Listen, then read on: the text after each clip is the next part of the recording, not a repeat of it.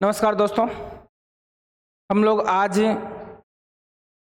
एक नए पेपर की शुरुआत करेंगे जो कि हमारे 9th क्लास के जो वार्षिक एग्जाम है उसके हिसाब से महत्वपूर्ण प्रश्न है सारे के सारे। हम लोग पहले प्रश्न की बात करें तो अपना पहला प्रश्न है, बहुपद 6 minus x square plus 8x की घात है। और जब भी हम लोगों को बात अगर प्रश्न में घात की बात करें, घात मतलब पावर की, हम लोग जब भी बात करेंगे तो पावर की बात सीधी सीधी होती है। हम लोग जानते हैं कि बहुपद की घात का मतलब किससे होता है? चर राशि की अधिकतम घात। बहुपद में चर राशि की अधिकतम घात क्या होती है? बहुपद की घात कहलाती है। तो चर राशि में बहुपद की अधिकतम घात तो लिख देंगे हम लोग चर राशि की अधिकतम घात। अधिकतम घात बहुपद की घात कहलाती है। और चर राशि कौन है? यहाँ से x है और x की सबसे बड़ी घात कौन है? 2 है। तो यहाँ पर जो उत्तर क्या रहेगा अपना, उससे अपने प्रश्न का क्या रहेगा? उत्तर रहने वाला है। चलो आगे हम लोग बात करें, बिंदु 3,5 की x अक्ष से दूरी क्या है? तो हम लोगों ने इसके बारे में कई बार चर्चा करी है। जब भी हम लोगों को x अक्ष से दूरी पूछा है तो हम लोग y का मान बताएंगे। तो यहाँ से जो x अक्ष से दूरी है, x अक्ष से दूरी वो क्या है? यहाँ से वो 5 रहेगी। और दूरी हमेशा किस में रहेगी? धनात्मक। इसलिए हमेशा इसको क्या लेना है? पॉजिटिव। या तो पहले से पॉजिटिव, इसलिए पॉजिटिव आ ही जाएगा। यही क्वेश्चन अपने को पूछता कि बिंदु की y एक्स से दूरी बताओ, तो हम लोग इसका उत्तर क्या देते हैं? वह जब भी y एक्स से पूछे तो हम लोग को x का मान बताना है। तो अपना उत्तर क्या हो जाएगा? 3। और दूरी के पीछे हमेशा क्या लिखना है? इकाई लिखना है। क्या लिखना है? इकाई। यहाँ तो ऑप्शन का क्वेश्चन था इसलिए कोई बड़ी बात नहीं, चलो मिल गया अपने को। तो हम लोग अपने प्रश्न का उत्तर क्या दे देंगे? 6 अपन लोग दे देंगे। चलो आगे हम लोग बात करें, रेखिक समीकरण 3x माइनस 11y बराबर 10 है। अब इसका मतलब यहां से अद्वितीय हल होंगे, केवल 2 हल होंगे, अपरिमित रूप से अनेक हल होंगे, या फिर कोई हल नहीं होगा। सबको पता है कि जब भी कोई अगर एक ही समीकरण हो, केवल एक समीकरण, देखो 2 समीकरण दी हो तो अलग बात है, या अपने एक समीकरण है और ये कौन से? 2 चर वाला रेखिक समीकरण। इस समीकरण का नाम क्या है अपने पास में? 2 चर वाला रेखिक समीकरण। 2 चरों वाला रेखिक समीकरण। और हम 2 चरों वाले रेखिक समीकरण के अपरिमित रूप से क्या होते हैं? अनेक हल होते हैं। अपरिमित रूप से अनेक हल होते हैं। लेकिन यही अगर 2 रेखाएं होती अपने पास में, 2 समीकरण होती, तो 10th क्लास में हम लोग पढ़ते हैं, वहां से रेखाएं प्रतिच्छेदी होती है, रेखाएं संपाती होती है, रेखाएं समांतर होती है। तो वहां पर हम लोग हलों के प्रकार की हम लोग बात करते हैं। चलो आगे प्रश्न की बात करें, प्रतिच्छेदी रेखाएं एक दूसरे को क्या करती है? तो प्रतिच्छेदी रेखाएं, प्रतिच्छेदी मतलब एक दूसरे को काटेगी, काटने का मतलब प्रतिच्छेद करेगी, और प्रतिच्छेद करने का मतलब एक बिंदु पर करेगी, 2 बिंदु पर करेगी, 3 पर करेगी, या 0 पर करेगी। इसका मतलब प्रतिच्छेदी रेखाएं एक बिंदु पर क्या करती है? प्रतिच्छेद करती है। एक बिंदु पर क्या करती है? प्रतिच्छेद करती है। चलो नेक्स्ट हम लोग प्रश्न की बात करें तो अपना अगला जो प्रश्न है वो है यहाँ से, त्रिभुज ABC में यदि AB बराबर BC, तो सबसे पहले तो हम लोग इस प्रश्न का उत्तर देने के लिए एक त्रिभुज बनाएंगे। और त्रिभुज ये लो साहब, एक ABC हम लोगों ने त्रिभुज बना दिया। ये एक अपना क्या बन गया? AB और C त्रिभुज बन गया। AB और C क्या बना दिया? त्रिभुज बना दिया। अकॉर्डिंग टू क्वेश्चन अपना सवाल क्या कर रहा है कि त्रिभुज के अंदर AB BC के बराबर है। इसका मतलब ये AB और BC एक दूसरे की क्या है? बराबर है। और हम लोगों को अच्छी प्रकार से पता है कि बराबर भुजाओं के सामने के कोण भी क्या होते हैं? बराबर। इसका मतलब यदि AB की बात करें, AB के सामने करें इस कोण को हम लोग x डिग्री माने, तो इसके सामने ये भी कोण कितना हो जाएगा? x डिग्री होगा। ये अपने को विशेष रूप से ध्यान रखनी है। इसका मतलब अगर 2 भुजाएं बराबर हो गई, इसका मतलब कौन सा त्रिभुज हो गया? समद्विबाहु त्रिभुज हो गया। ठीक है। B कोण 70 डिग्री है, इसका मतलब ये कोण सवाल में कितना दे रखा अपने को? 70 डिग्री हो तो है। तो ए का मान क्या होगा। इसका मतलब अपने को किसका मान निकालना, एक्स का मान। और सबको पता है कि त्रिभुज के तीनों कोणों का योग 180 डिग्री होता है। तो मैं यहाँ से क्या कर सकता हूँ सर, हम लोग कह सकते हैं 70 degree plus x degree plus x degree बराबर में त्रिभुज के तीनों कोणों का योग कितना हो जाएगा, 180 डिग्री रहेगा। तो एक्स एक्स मिला के 2x हो गया, 70 प्लस में था उधर किस में गया, माइनस में। तो 180 में से हम लोग कितना घटा देंगे, 70 डिग्री घटा देंगे। तो यहाँ से 2x बराबर कितना आ गया, 110 डिग्री। और 110 में अगर 2 का भाग देंगे तो कुल मिला के कितना डिग्री आ जाएगा, 55 डिग्री अपने प्रश्न का क्या रहेगा, उत्तर रहेगा। ऑप्शन नंबर सी अपने प्रश्न का क्या रहेगा, उत्तर रहेगा। जो मैंने आपको जो प्रश्न सोल्व करके बताया, शायद मुझे आशा है कि आप लोगों को 100% समझ में आया होगा। चलो हम लोग अगले प्रश्न की बात करें। एक चतुर्भुज के तीनों कोण, तो चौथा कोण का मान पूछा है। और सबको पता है कि सर चतुर्भुज के चारों कोणों का योग 360 डिग्री होता है। तो मैं यहाँ से जो भी कोण दे रखा हूँ, जो चौथे कोण को हम लोग क्या मान लेते हैं, एक्स मान लेते हैं। चलो यहाँ से बताओ, तो 75 degree plus 90 degree plus 75 degree, ठीक है, जोड़ दिया। और प्लस में x जोड़ देंगे, चौथा कोण, चारों कोणों को मिला करके कितना होता है, 360 डिग्री होता है। अपने होता है 75 और 75 150 हो गए। 150 में 90 जोड़ेंगे तो कितने आएंगे, 150 में यदि हम लोग 90 जोड़ते हैं तो कितने आते हैं, 240 डिग्री। कितना आएगा, 240 डिग्री प्लस x डिग्री बराबर में कितना हो गया, 360 डिग्री। उधर भेजेंगे तो x बराबर 360 डिग्री में से कितना घटाएंगे, 240 डिग्री हम लोग घटा देंगे। तो सबका है अपने पास में, 0 में से 0 गया तो 0, 6 में से 4 गया तो 2 आ गया, और 3 में से 2 गया तो 1 आ गया। तो x का मान कितना आ गया, यहाँ से 120 डिग्री अपने प्रश्न का क्या रहेगा, उत्तर रहेगा। इसका मतलब ऑप्शन डी अपने प्रश्न का क्या रहेगा, आंसर रहने वाला है। चलो नेक्स्ट हम लोग बात करें अगले प्रश्न की। वर्त की सबसे बड़ी जीवा क्या कहलाती है। तो सबसे पता है वर्त की सबसे बड़ी जीवा को हम लोग क्या कहते हैं, व्यास कहते हैं। क्या कहते हैं हम लोग, व्यास कहते हैं।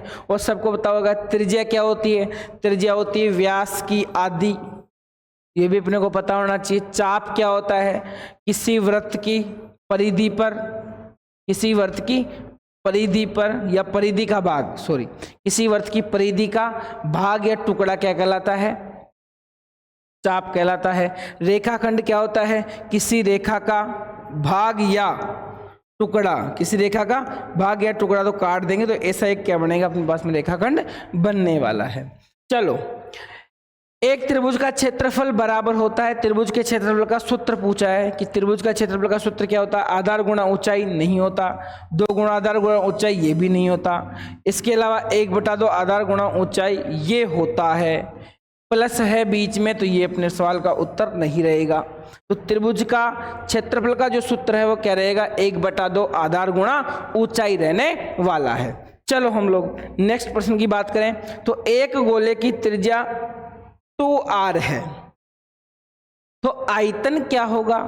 सवाल बहुत अच्छा पूछा है। गोले की त्रिज्या दे रखी है, तो गोले की त्रिज्या को लेते हुए अपने को क्या उसका आयतन निकालना है। तो सबसे पहले तो अपने को यह पता होना चाहिए गोले का आयतन क्या होता है। तो सब लोग जानते हैं गोले का जो आयतन का सूत्र होता है गुरुजी, वो कितना होता है, 4/3 पाई r क्यूब गोले के आयतन का क्या होता है, सूत्र होता है।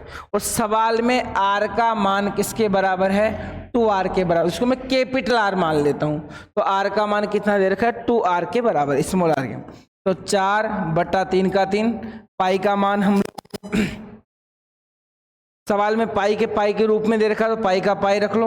और r का मान कितना है, यहां से 2 और r का क्यूब रह जाएगा। तो यहां से 4/3 पाई का पाई रहने वाला है। और 2 का क्यूब कितना होता है, 8 होता है। तो ये 8 हम लोग लिख लेंगे। और r का क्यूब जैसा का जैसा, 8 चौक 32, तो लिख लेंगे हम लोग 32/3 पाई r क्यूब। और कौन सा जवाब अपने प्रश्न का उत्तर रहेगा, तो 32/3 पाई r क्यूब अपने प्रश्न का उत्तर क्या है, द अपने प्रश्न का क्या रहेगा, उत्तर रहेगा। इस प्रश्न में कहीं पर भी घबराने की आवश्यकता नहीं है। त्रिज्या 2r दे रखी है, ना कि r दे रखी। तो जहां हम लोग पहले r का मान रखते थे, अब हम लोग उसकी r की जगह हम लोग कितना रखेंगे, 2r रखेंगे। बस इतना सा फर्क है। आयतन का सूत्र हम लोगों को याद करना ही पड़ेगा और शायद होगा हम सबको याद। तो पहले बात तो जितने भी हम लोग ये पृष्ठीय क्षेत्रफल आयतन के सूत्र है, इनमें सबसे जो इंपॉर्टेंट बात, तो सभी इंपॉर्टेंट बात ये है कि अपने को सूत्र याद होने चाहिए और उन सूत्रों का अपन लोग कहाँ उपयोग करेंगे ये भी अपने को पता होना चाहिए, जब जाकर के हम लोग सवाल का सही प्रकार से उत्तर दे पाएंगे। चलो आगे देखें। हम लोग अगले प्रश्न की बात करें तो 2 3 4 5 0 1 3 4 3 का माध्य क्या होगा। और सब लोगों को पता है कि सर माध्य का जो सूत्र होता है वो क्या होता है, राशियों का योग बटे राशियों की संख्या। और हम लोग यहाँ पर क्या कह देंगे, प्रेक्षणों की संख्या, सॉरी प्रेक्षणों का योग बटा प्रेक्षणों की संख्या। तो माध्य क्या रहता है, प्रेक्षणों का योग, प्रेक्षणों का योग बटे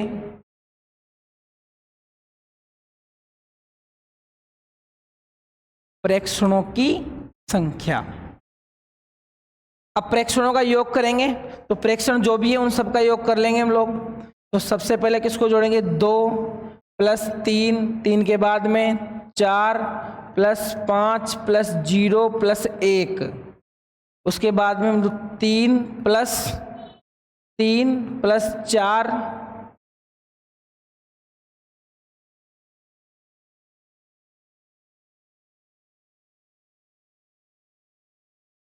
3 + 4 प्लस वापस कितना आ जाएगा 3। और प्रेक्षणों की संख्या सबको गिन लो कितने हैं, 1 2 3 4 5 6 7 8 9 10 प्रेक्षण है।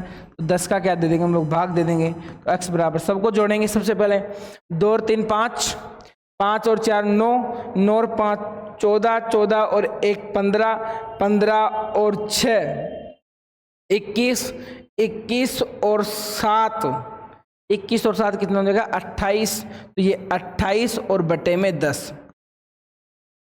अगर कोई कैलकुलेशन मिस्टेक हो तो आप स्वयं देख सकते हैं, ठीक है। गणना में कोई बड़ी बात नहीं, ज़्यादा प्रोसेस सेम रहेगा, ठीक है। सवाल अपने एग्जाम में आएगा तो सवाल बदल करके आएगा, तो वहाँ पर भी आपको जो गुणा भाग तो अपने को स्वयं को ही करना है। यहाँ पर भी अगर त्रुटि हो जाए मानवीय रूप से तो कोई बड़ी बात नहीं है, आप उसको सही कर सकते हैं। चलो तो यहाँ से उत्तर कितना आ जाएगा, 2.8 आएगा। कितना आएगा, 2.8 अपने प्रश्न का क्या रहेगा, उत्तर रहेगा। चलो का सरलतम रूप है, तो ऑप्शन का सवाल है। मैं इसको डिटेल से आपको नहीं बताऊंगा, ऑप्शन के हिसाब से हम लोग करेंगे। अब देखो यहाँ से सबको पता है कि हम लोग डिटेल की भी हम लोग इसकी बात करें तो चलो हम लोग दोनों ही काम कर लेते हैं। इसका सरलतम रूप भी हम लोग देख लेंगे और डिटेल भी हम लोग इसकी बात कर ही लेते हैं। चलो ध्यान दो इधर।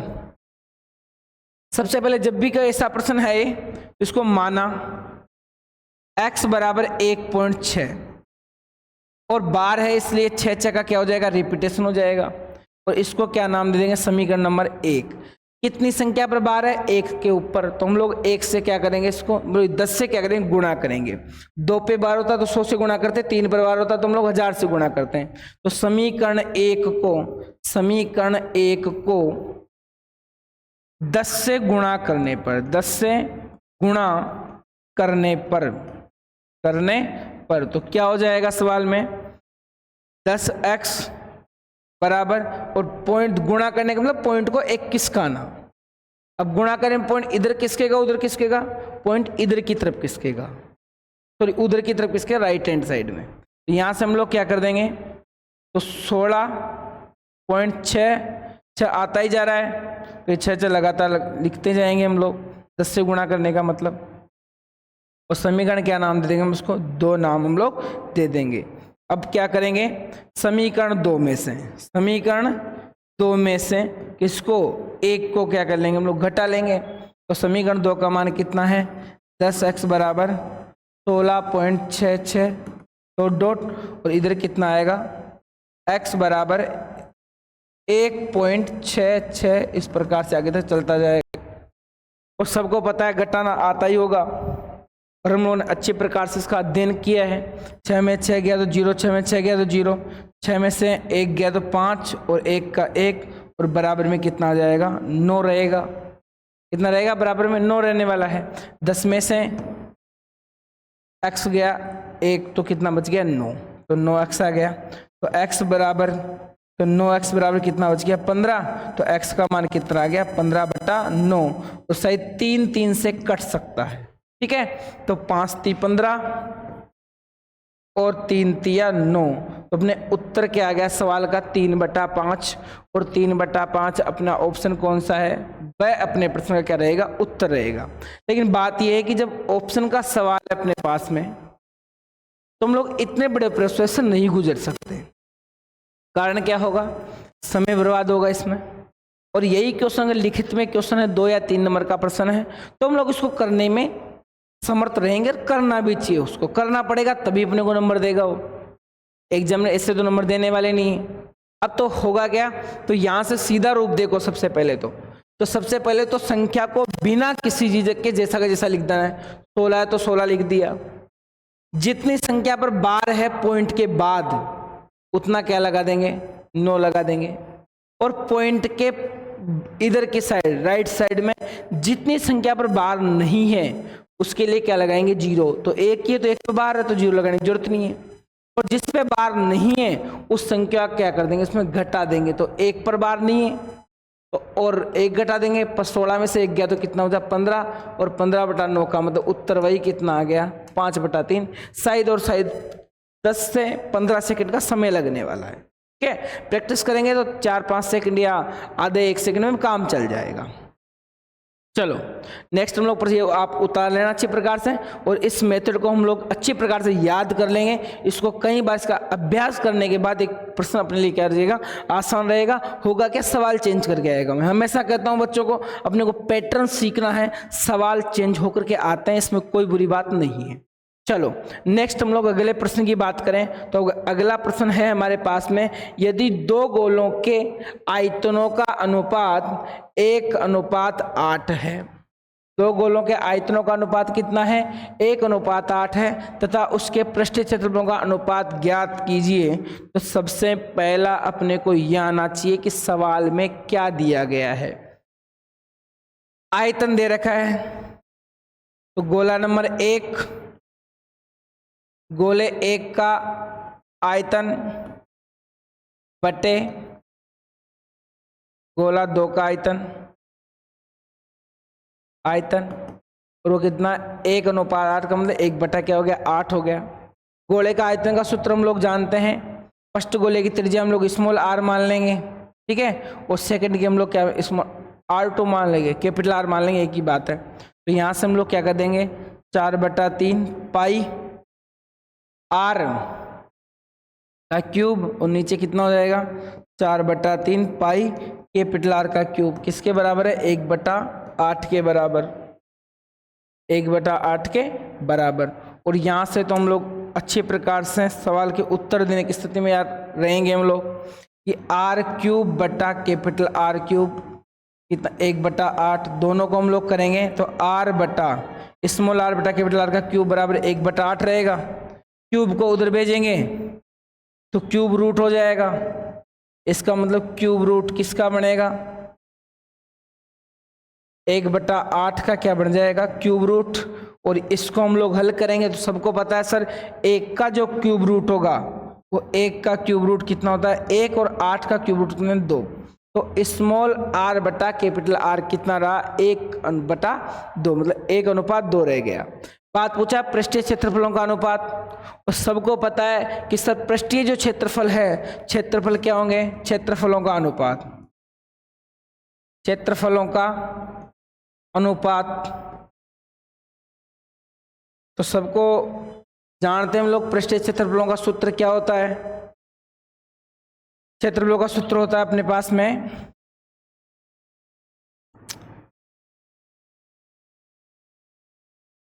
4πr का स्क्वायर और बटे में नीचे 4πr और कैपिटल R का स्क्वायर। ये तो वैसे भी गया, दोनों ऊपर नीचे तो हम लोग इसको काट देंगे, ठीक है। और यहां से बच गया तो मैं सीधा सीधा लिख देता हूं यहां से स्मॉल आर बटा कैपिटल आर का स्क्वायर, स्मॉल आर बटा कैपिटल आर 1/2 के बराबर है, इसका स्क्वायर तो 1/4, और 1/4 का मतलब क्या हो गया, 1 क्या हो गया, 4 हो गया। और अपने प्रश्न का जो उत्तर रहेगा ऑप्शन ए अपने प्रश्न का क्या रहेगा, उत्तर रहेगा। तो इसमें कोई दिक्कत नहीं है। आपको त्रिज्याओं का अनुपात पूछा, त्रिज्याओं का अनुपात कितना था, 1:2 आता। आपको यहाँ परिशिष्ट क्षेत्रफलों का अनुपात पूछा, तुम लोगों ने क्या लिख दिया, 1:4 लिख दिया। यही क्वेश्चन आपको किसका पूछा जा सकता है कि इनके व्यासों का अनुपात बताओ, और व्यासों का अनुपात बताने के लिए अपने को क्या करना पड़ता, प्रत्येक त्रिज्या 2 से गुणा करना पड़ता, और 2 से गुणा करने का मतलब 2/4, और 2/4 का मतलब फिर हम लोग काटेंगे तो वही 1/2 बनने वाला है। ठीक है, तो इन प्रश्नों में अपने को किसी प्रकार की दिक्कत नहीं होनी चाहिए। चलो नेक्स्ट क्वेश्चन आप लोग मुझे बताएंगे सबसे पहले, पर नेक्स्ट क्वेश्चन का उत्तर क्या रहेगा। तो नेक्स्ट क्वेश्चन की हम लोग बात करें, शंकु का वक्र पृष्ठीय क्षेत्रफल होता है। सब बच्चे शंकु का वक्र पृष्ठीय क्षेत्रफल के सूत्र के बारे में बताएंगे। बताओ क्या होता है शंकु का वक्र पृष्ठीय क्षेत्रफल। वक्र पृष्ठीय क्षेत्रफल, सर वक्र पृष्ठीय क्षेत्रफल शंकु का CSA होता है πRL। टोटल सरफेस एरिया की बात करें तो πR प्लस स्मॉल l, और इसके हम लोग वॉल्यूम की बात करें तो वॉल्यूम कितनी होती है, 1/3 πR स्क्वायर H, और इसके हम लोग किसकी बात करें, तिर्यक ऊंचाई की, तो स्मॉल r का स्क्वायर प्लस h का स्क्वायर। ये मैंने शंकु के सारे जो सूत्र बनने चाहिए तो लिख दिए यहाँ से। तो हम लोग शायद πRL उत्तर नंबर डी अपने प्रश्न का क्या रहेगा, जवाब रहेगा। चलो चतुर्भुज जिसमें दोनों विकर्ण बराबर होते हैं, ऐसा चतुर्भुज जिसमें दोनों विकर्ण बराबर होते हैं इसे क्या कहते हैं हम लोग, आयत। समांतर चतुर्भुज की हम लोग बात करें तो समान चतुर्भुज विकर्ण बराबर नहीं होते हैं, विकर्ण परस्पर समद्विभाजित करते हैं। सम चतुर्भुज में भी यही काम होता है, विकर्ण बराबर नहीं होते हैं। ठीक है, इसी प्रकार समलम चतुर्भुज में 2 अलग प्रकार का आ ही जाता है। आमने सामने भुजाएं क्या होती है, वहां से 2 भुजाएं क्या होती है, समांतर होती है। चलो तो आयत के अंदर आमने सामने की भुजाएं भी बराबर होती है, विकर्ण आमने सामने की भुजाएं बराबर होती है, विकर्ण बराबर होते हैं, और विकर्ण परस्पर एक दूसरे को क्या करते हैं, समद्विभाजित भी करते हैं। कि घात बताइए, वापस पहले वाला क्वेश्चन आ गया, और शुरुआत में जो हमने पढ़ा था अधिकतम घात कोण 3, तो अपने प्रश्न का उत्तर क्या रहेगा, 3 रहेगा। बहुत आसान प्रश्न है। सबसे अधिक बारंबारता वाला प्रेक्षण क्या कहलाता है, सर इसे हम लोग बहुलक कहते हैं। क्या कहते हैं इसे हम लोग, बहुलक कहते हैं। तो अपने प्रश्न का उत्तर बहुत आसानी से आ गया। यदि एक कोण अपने संपूरक कोण का 3 गुना है तब कोण का माप क्या होगा। बहुत अच्छा प्रश्न है। अब देखो संपूरक कोण कब होते हैं, संपूरक कोण उस स्थिति में होते हैं जब 2 कोणों का योग कितना हो, 180 डिग्री हो। कितना, 180 डिग्री। तो माना पहला कोण, माना पहला कोण हम लोग कितना मान लेंगे, x डिग्री मान लेते हैं। कितना मान लेते हैं हम लोग, x डिग्री मान लेते हैं। और सबको पता होगा ये, यदि पहला x डिग्री है तो दूसरा क्या हो जाएगा, दूसरा कोण ऑटोमेटिक 180 माइनस x डिग्री क्यों आएगा, क्योंकि संपूरक कोणों का योग कितना डिग्री होता है, 180 डिग्री होता है। सवाल कह रहा है कि जो अपना कोण है वो दूसरे कोण का क्या है, तिगुना। तिगुना कोण है अपने जो माना है, इसका मतलब जो निकल के आया दूसरा कोण इसका 3 गुना, इसका मतलब 3 गुना तो अपना है, लेकिन इक्वेशन को बराबर करने के 3 किसके लगाएंगे, छोटे वाले के। और यहाँ कितना कर देंगे, 180 डिग्री माइनस x डिग्री हो जाएगा। यहाँ से हम लोग बात करें, यहाँ से 3 को अंदर गुणा करें तो x बराबर 3, 18 3 54, तो 540 डिग्री माइनस 3x, और इधर आएगा तो कितना बन जाएगा, 4x। बाद 3x आके इधर जुड़ेगा 4x बन जाएगा, और बराबर में कितना 540, और भाग देंगे हम लोग 4 का, तो 4 एकम 4 और 4 तिया 12, बच्चा कितना, 14 में से 12 आ गया तो बच्चे कितने, 2, और 4 पंजो 20 आ गया। इसका मतलब x का मान कितना आ गया, 135 डिग्री अपने प्रश्न का क्या रहेगा, उत्तर रहेगा। मान लो 4 गुना भी बोल दे कि 4 गुना है, तो हम लोग यहाँ किससे गुणा कर देंगे, 4 से गुणा कर देंगे। तो ये अपने को याद रखना ही रखना है। ठीक है, तो जैसे हम लोग 4 से गुणा करेंगे तो 18 चौक 72, 720 में हम लोग वही 4 4 तो उधर हो गया और इधर आएगा 5 और 5 का भाग देंगे तो अपने प्रश्न का क्या रहेगा, उत्तर अपने पास मिल जाएगा। तो ये चीज अपने को विशेष रूप से याद रखनी है। चलो नेक्स्ट हम लोग सवाल की चर्चा बात करें। अब इसमें क्वेश्चन संपूरक का पूछा है तो पूरक का भी पूछ सकता है कि हम लोग कह देगा सवाल, यदि एक कोण अपने पूरक कोण का 3 गुना है तो कोण का माप ज्ञात कीजिए। तो पूरक कोणों का तो इसके हम लोग अगर सवाल की बात करें तो सबको पता है कि गुरुजी यदि एक x है तो दूसरा कितना होगा, दूसरा जो कोण होगा वो पूरक का कितना हो जाएगा, 90 माइनस x। पूरक की तो बात कर रहे हैं हम लोग, किसकी बात कर रहे हैं, ये किसके का लिए, पूरक के लिए, संपूरक के लिए नहीं, किसके लिए, पूरक के लिए। और यहां से बात कर रहा है पहला 3 गुना है, इसका मतलब पहले का वो दूसरा जो कोण है 3 गुना है पहला वाला, इसका मतलब 3 इसके आगे लगा देंगे तो 90 माइनस 3, 90 माइनस सॉरी x आ जाएगा, 90 माइनस x रहेगा यहां से। और हम लोग यहां से बात करें तो x डिग्री बराबर 3 नाम 27, 270 डिग्री माइनस 3x हो जाएगा और इधर आएगा तो 4x बराबर 270 जो भी होगा और 270 में भाग दे देंगे तो अपना प्रश्न का उत्तर रहेगा। शायद भाग तो शायद पूरी बार नहीं जाने वाला इसमें, तो पॉइंटों में उत्तर आ जाएगा, तो उसी को बड़ी बात नहीं। और मान लो यही अगर क्वेश्चन कहता है साहब 4 गुणा है, 4 गुणा में भी उत्तर मिल जाएगा। तो 4 आएगा, इधर आएगा 5x आएगा, तो इसमें भाग लग जाएगा, 4 गुणा में तो भाग जाने वाला है। तो 4 की बात करें तो x डिग्री बराबर 4 9 चौक 36, 360 डिग्री माइनस 4x, तो 5x बराबर कितना आ जाएगा, 5x बराबर 360 आ जाएगा। और भाग देंगे तो 5 7 35, 5 7 35 और 5 दूनी 10 आ गया, तो कुल मिला के कितना आ जाएगा, 72 डिग्री आ जाएगा। तो ये भी अपने को क्या करनी, चर्चा करने वाले हैं सवालों की, ठीक है। तो जितने क्वेश्चन बनने चाहिए थे हम लोगों ने उसके बारे में चर्चा की। नेक्स्ट क्वेश्चन की हम लोग बात करें, अगला प्रश्न जो अपना है वो है कि समान त्रिज्याओं वाले 2 वृत्त क्या होते हैं। तो सबको पता है गुरुजी ऐसे त्रिभुजों को हम लोग क्या कहते हैं, सर्वांग सम त्रिभुज कहते हैं। कौन से त्रिभुज कहते हैं, सर्वांग सम त्रिभुज कहते हैं। तो मुझे इसके डिटेल के बारे में जानने की आवश्यकता नहीं है, सर्वांग सम।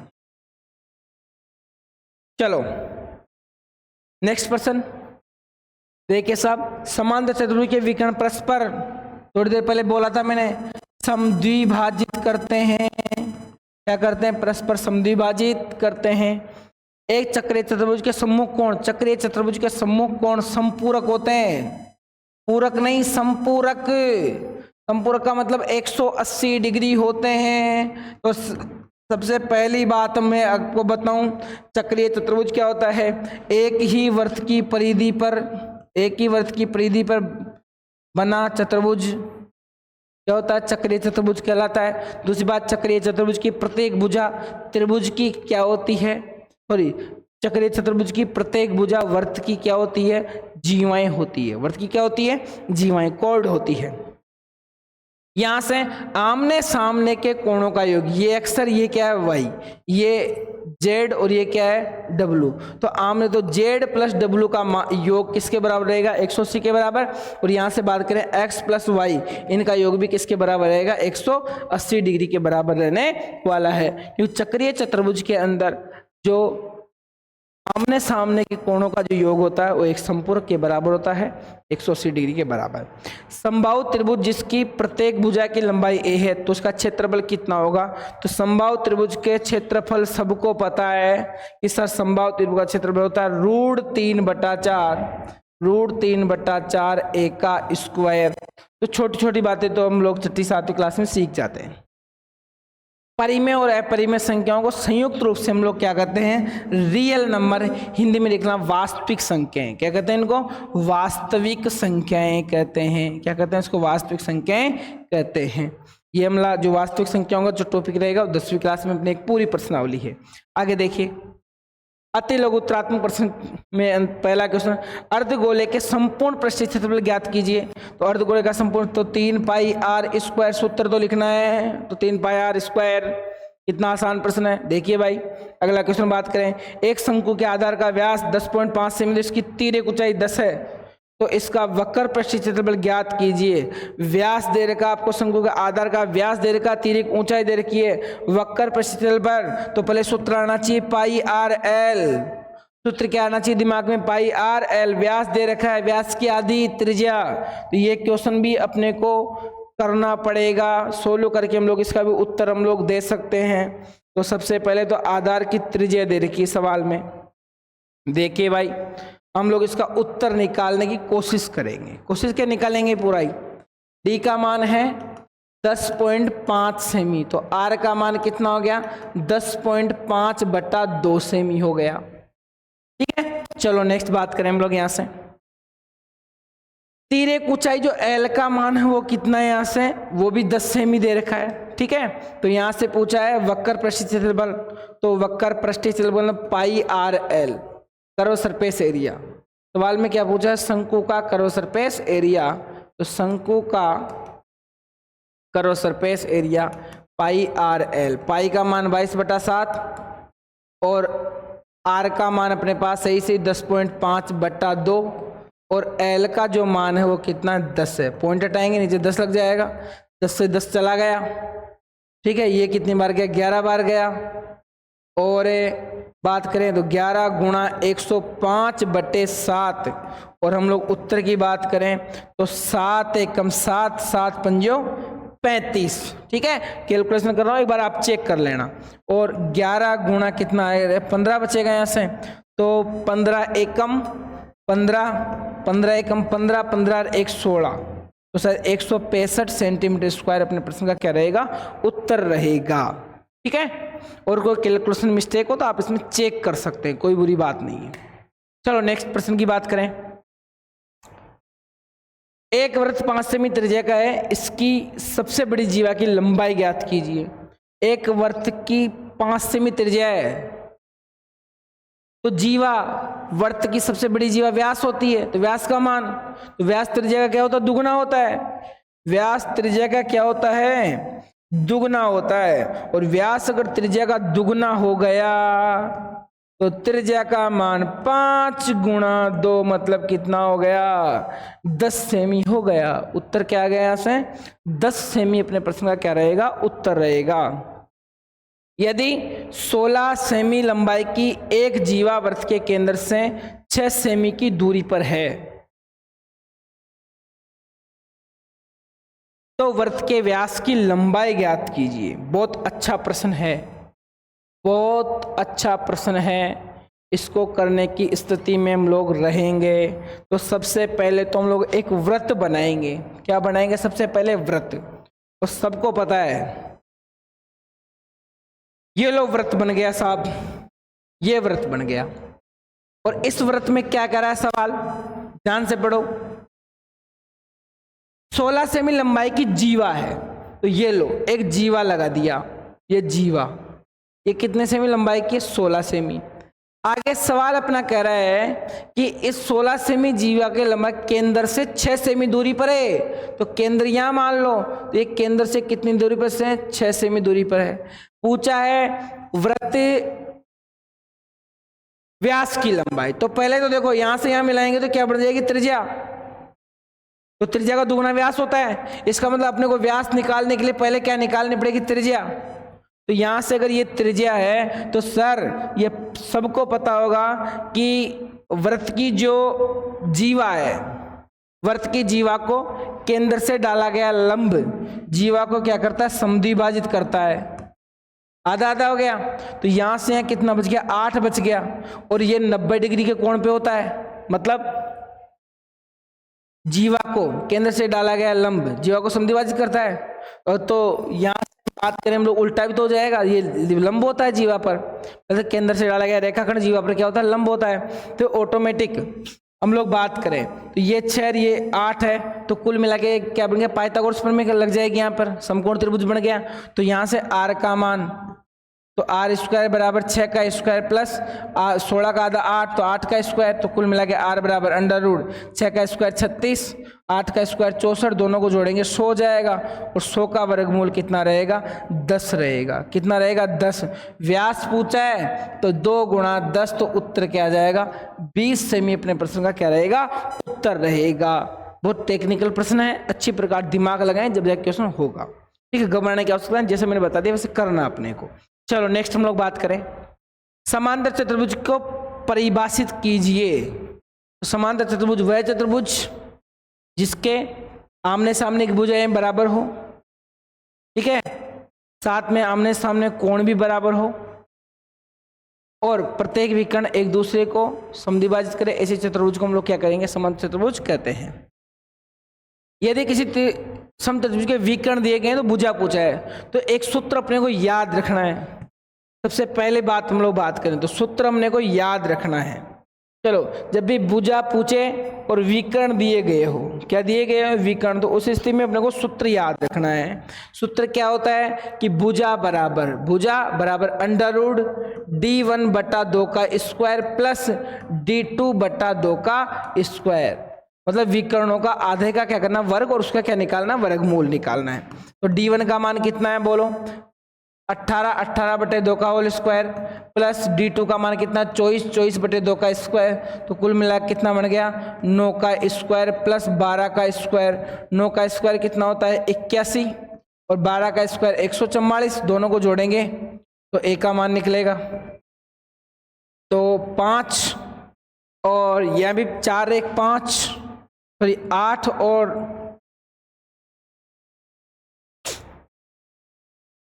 सही है क्या?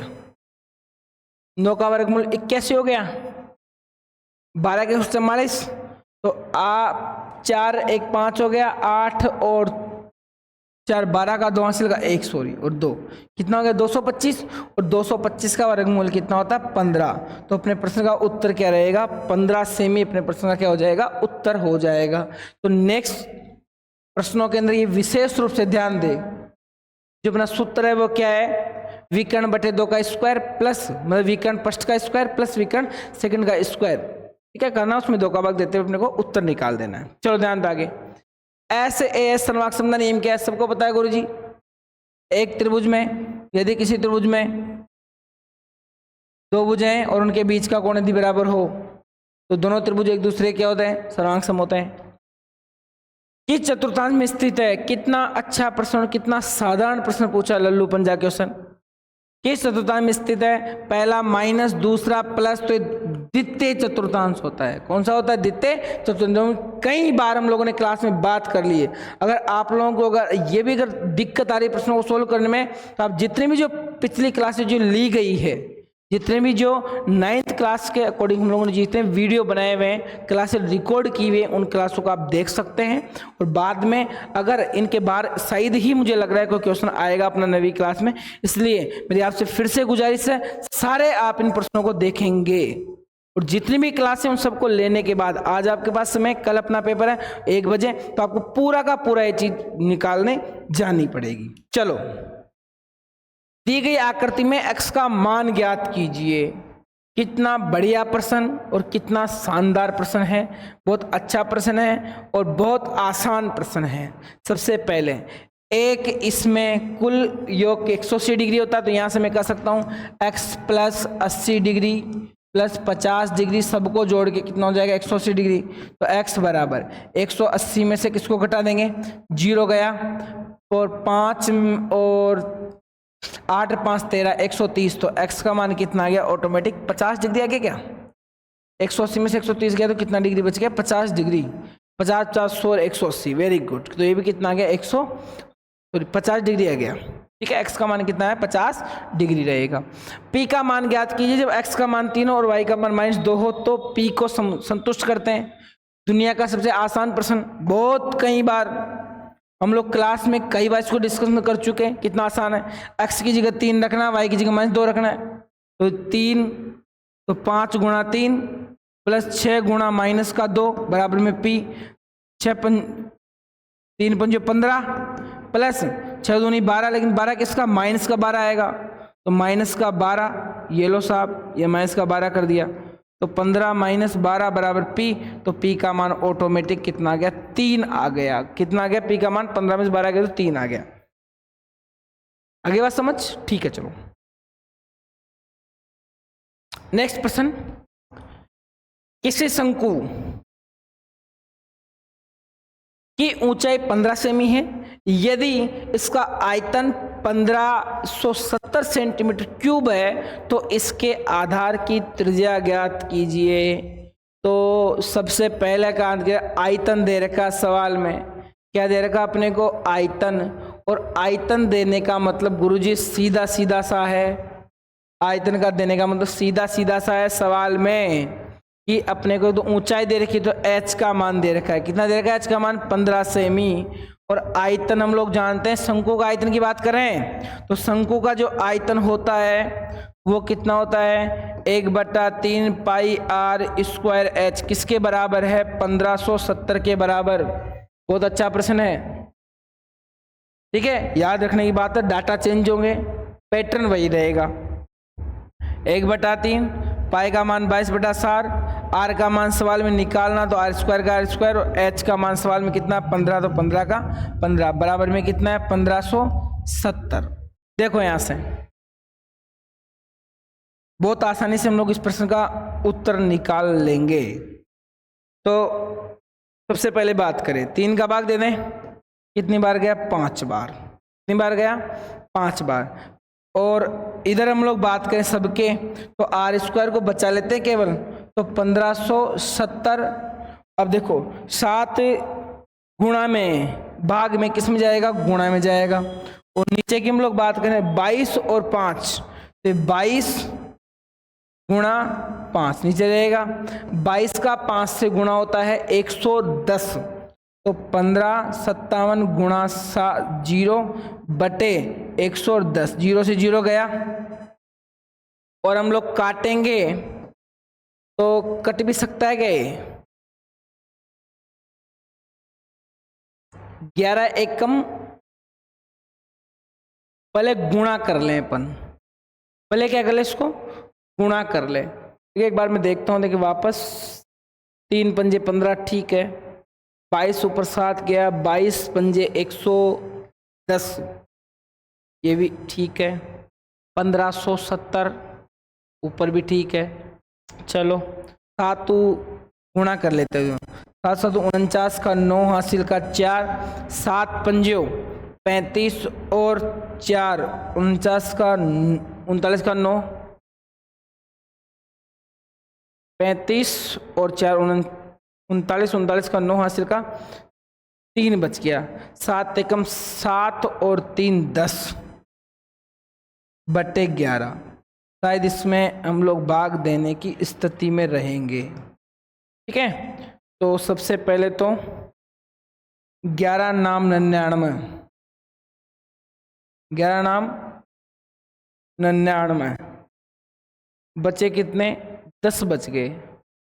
ये तो शायद इसका पॉइंटों में उत्तर जाने की रहेगी। 1/3 पाई r स्क्वायर h होता है, ठीक है, इसमें भी कोई दिक्कत है नहीं अपने पास में। यहाँ से आधार की त्रिज्या पूछा है तो r स्क्वायर बच जाएगा। चलो उत्तर जो भी आएगा पॉइंटों में आएगा, ठीक है। चलो हम बात करें तो यहाँ से 11 नाम 99 और बचा कितना, 10 बच गया। 10 तो 109 भाई, 11 नाम 99 और बचा भाई कितना, 11 नाम 99, तो लगभग आर का मान 10 के बराबर आ जाएगा। तो यहाँ तक है, एक पॉइंट हम लोग बढ़ा देंगे तो इधर कितना, आर स्क्वायर बराबर कितना आ जाएगा, लगभग 100, और 100 का वर्गमूल कितना हो जाएगा, 10 सेमी हो, ठीक है। तो इसी को बड़ी बात है नहीं, ज़्यादा आंकड़ा बैठा नहीं डाटा इसमें, तो ये थोड़ी बहुत कोई दिक्कत नहीं, सवाल के अकॉर्डिंग अपने उत्तर निकाल दिया। 99 आएगा लगभग, और एक बढ़ा देंगे हम लोग तो उत्तर कितना आ जाएगा, 100 में से वर्गमूल 10 सेमी के बराबर। उस गोले का आयतन ज्ञात कीजिए जिसकी त्रिज्या 7 सेमी। ये आपके लिए क्या रहेगा, एक प्रकार से मेरा होमवर्क आपके लिए। अब देखो यहाँ से गोले का आयतन देर का आयतन का निकालना है तो 4/3 पाई r क्यूब, ये सूत्र लगाओगे उत्तर मिल जाएगा। नेक्स्ट हमारे से एक समद्विबाहु त्रिभुज का परिमाप, बहुत अच्छा प्रश्न है और ये क्वेश्चन कई बार पूछा गया है और पूछा जाता है। हीरोन के सूत्र के ऊपर बेस्ट क्वेश्चन है, हीरोन के सूत्र पर आधारित क्वेश्चन है, तो हीरोन के सूत्र पर यदि आधारित क्वेश्चन है तो पूछा जाएगा। तो सबसे पहले एक समद्विबाहु त्रिभुज का परिमाप दे रखा है, हम लोग उत्तर की बात करें तो सबसे पहले क्या दे रखा है सवाल में, समद्विबाहु त्रिभुज, ये लो बराबर भुजाएं 12, ये 12 सेमी, ये भी कितनी 12 सेमी, परिमाप कितना देखा 30, तो दूसरी भुजा निकालने क्या, तो परिमाप तो यहाँ से a मान लो, इसको b मान लेंगे, इसको c मान लेंगे, तो अपने पास में a plus b plus c बराबर किसके बराबर 30 के बराबर। तो यहाँ से a का मान कितना 12, b का मान b रहेगा, c का मान 12 बराबर कितना 30 और 12 बराबर 24, तो b बराबर 30 में से 24 गए तो b का मान कितना आ गया 6 सेमी निकल करके आ गया। तो b का मान कितना निकल के आ गया 6 सेमी। तो यहाँ से सबसे पहले तो हम लोग किसका मान निकालेंगे, s का मान। s क्या होता है a plus b plus c बटा 2, तो इसका मान 30/2, तो s का मान कितना आ गया 15 सेमी आ गया। कितना आ गया 15 सेमी। हम लोग जानते थे, थोड़ा सा मैं इसको तेज करने की कोशिश कर रहा हूं, थोड़ा ध्यान दें। यहाँ से सूत्र क्या होता है हीरोन का सूत्र से, हीरोन के सूत्र से त्रिभुज का क्षेत्रफल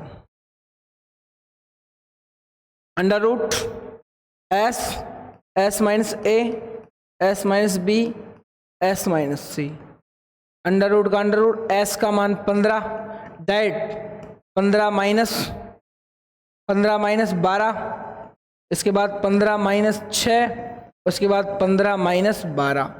देखो यहाँ से ध्यान दो, 15 का तो 15 में से 12 गए तो 3 बचेंगे, 15 में से 6 गए तो 9 बचेंगे, और 15 में से 12 गए तो वापस कितने बचेंगे 3 बचेंगे।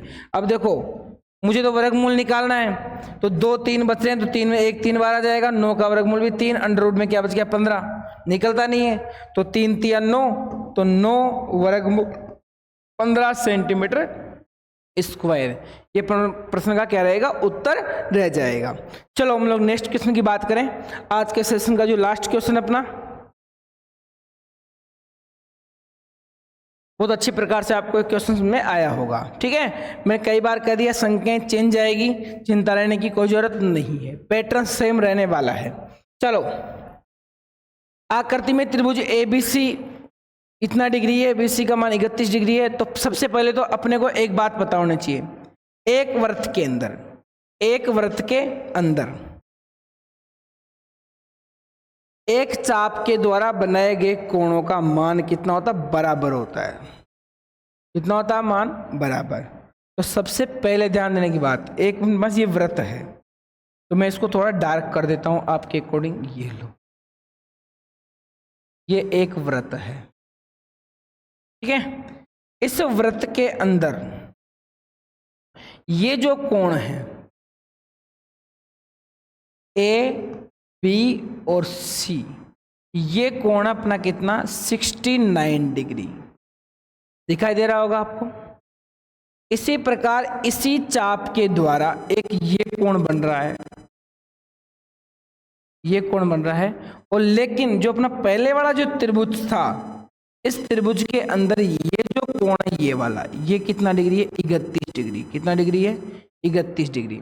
तो ये जो कोण है वो कितना आएगा, मेन बात क्या है, त्रिभुज के तीनों कोणों का 180 डिग्री। तो यहां से मैं कह दूंगा कोण A प्लस कोण B प्लस कोण C बराबर कितना आएगा 180 डिग्री। कोण A का मान अपने को निकालना है पहले, प्लस B का मान है अपने पास में 69 डिग्री, प्लस C का मान अपने पास में 31 डिग्री बराबर 180 डिग्री। तो यहाँ से कोण A का मान कितना आ जाएगा 180, दोनों को जोड़ेंगे तो 100 तो रहेगा ना, 9 और 1 10 और 3 100 हो गया, और 100 को घटाएंगे तो A का मान आ गया 80 डिग्री। और आपको इस बात के बारे में पता होना अच्छी प्रकार से आवश्यक रहना चाहिए कि एक त्रिभुज के अंदर एक चाप के द्वारा बनाए गए सभी कोण क्या होते हैं, बराबर होते हैं। एक चाप के द्वारा बनाए गए सभी कोण क्या होते हैं, बराबर।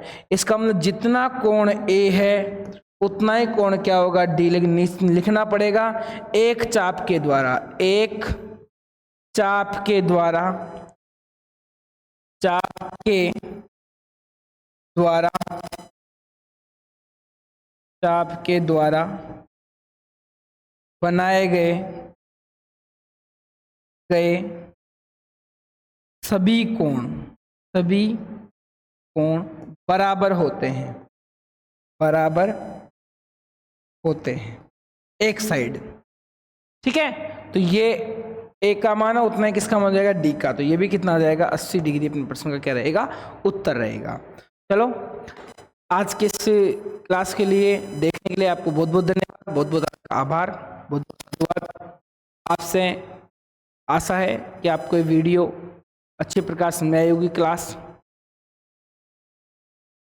आपसे गुजारिश है कि इस चैनल को आप ज़रूर सब्सक्राइब करें, साथ ही अपने जो साथी है उनको भी पढ़ने के लिए मोटिवेट करें और उनको भी वीडियो भेजें ताकि वो भी अच्छे प्रकार से परीक्षा में अंक ला करके पास हो सके। मैं पुनः आपको धन्यवाद देता हूँ। Thank you so much.